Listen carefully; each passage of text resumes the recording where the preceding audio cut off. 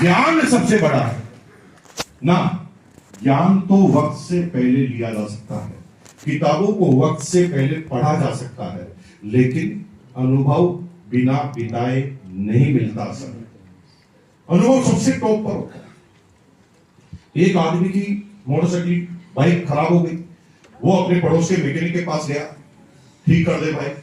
पड़ोस के मैकेनिक ने थोड़ी सी स्टार्ट करके देखी, आवाज सुनी, लेटाई, अंदर से एक हथौड़ा लेकर आया और लेटी हुई मोटरसाइकिल पर इंजन के नीचे मिलाकर भारी और कॉन्फिडेंस से बोला खड़ा कर, स्टार्ट हो जाएगी। जिसकी मोटरसाइकिल थी उसको बिलीव नहीं था, फिर भी लेकिन इतना अनुभवी आदमी कैसे उसकी बात को रोके। उसने गाड़ी को स्टार्ट की और किक मारी, सीधा एक ही बार में स्टॉप। उसे कुछ समझ नहीं आया कौन सी टेक्नोलॉजी है, एक हथौड़े से मोटरसाइकिल ठीक हो गई। उसे लगा कि इसने कुछ किया नहीं है, कोई छोटी मोटी बीमारी होगी, हथौड़ा मारने से ठीक हो गई होगी। अब ये मिलने वाला भी है, पड़ोसी भी है, पैसा तो नहीं लेगा, लेकिन फिर भी कर्सी के नाते फॉर्मेलिटीज कर देते हैं। ऊपर की जेब में हाथ रख के बोला कितने दूं, जबकि ऊपर की जेब में पैसे थे ही नहीं। कितने दूं? तो मैकेनिक ने कहा 1000। तुरंत उस व्यक्ति को गुस्सा आ गया। उसने कहा कैसे आदमी हो, पड़ोसी हो, पड़ोसी को लूट रहे हो, अरे एक हथौड़े का कोई 1000 देता है क्या? तो मैकेनिक ने जवाब दिया, सर हथौड़े का कोई चार्ज नहीं है, हथौड़ा फ्री में है, तुम चाहो तो तुम्हारे सिर पर मरवा लो। हथौड़े का कोई चार्ज नहीं।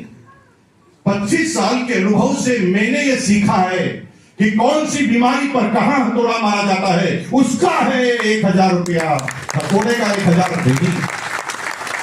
90% लोग कहते हैं अरे आईफोन में क्या है, 1.5 लाख का आईफोन, ये इतनी सा, इसको चांदी का बनाए तो 1.5 लाख का नहीं होता।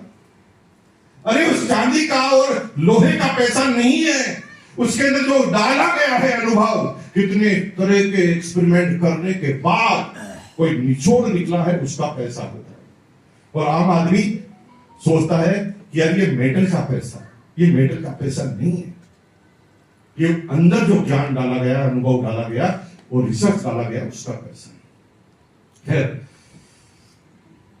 मैंने पतंग की दुकान लगाई, मुझे प्रॉफिट हो गया, मुझे समझ में आ गया कि व्यापार होता कैसे।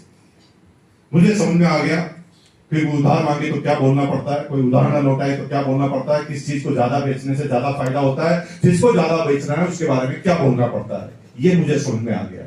फिर मैंने कई तरह के कारोबार किए।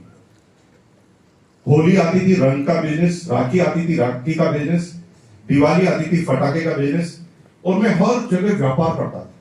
लेकिन अपने व्यापार को 6 बजे से पहले बंद कर देता था। क्यों?